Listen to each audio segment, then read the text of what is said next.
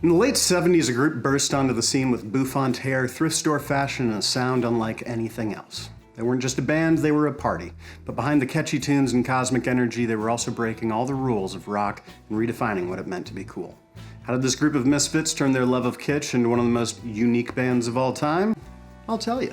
Welcome to Pop Culture 301, where we discuss advanced topics in entertainment history. Today, we're diving into the kaleidoscopic world of the B-52s. Our story starts in 1976, the same year that Apple and Microsoft were founded and Jimmy Carter won the presidency. Disco fever was in full swing, punk rock was emerging in the underground, and mainstream rock was dominated by bands like Led Zeppelin and Fleetwood Mac. But in Athens, Georgia, a group of friends with a love for thrift store chic and 1950s sci-fi movies were working on something entirely different.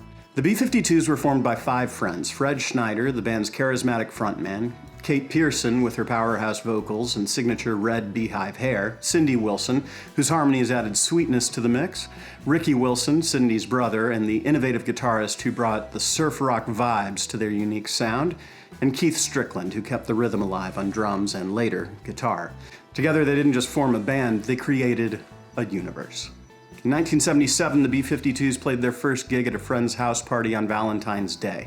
Dressed in their signature mix of vintage and camp, they brought an infectious energy that electrified the crowd. Soon after, they recorded their first single, Rock Lobster, a surreal surf punk anthem with lyrics about underwater creatures and dance-craze humor. The song became an instant underground hit and catapulted the band into the limelight, landing them on Saturday Night Live in 1980. Suddenly, this quirky group from Georgia was being recognized as pioneers of a new sound. But it wasn't just about the music. With their infectious energy and unapologetic weirdness, the B-52s quickly became known for their world building.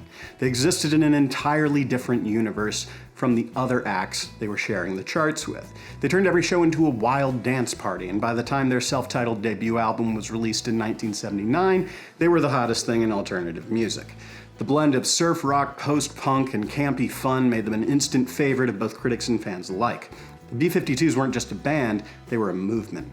Their quirky fashion and irreverent style influenced artists from the Talking Heads to Cyndi Lauper. But it wasn't all smooth sailing. In 1985, tragedy struck when guitarist Ricky Wilson died of AIDS-related complications. The band was devastated, but they regrouped, and in 1989 they made a triumphant comeback with the smash hit Cosmic Thing, the album that firmly cemented their quirky sound in the zeitgeist, featuring Love Shack and Rome. And since then, the band has done some incredible work. If you've never seen the Love Shack music video, you need to do yourself a favor and check it out. It's a vibe like none other.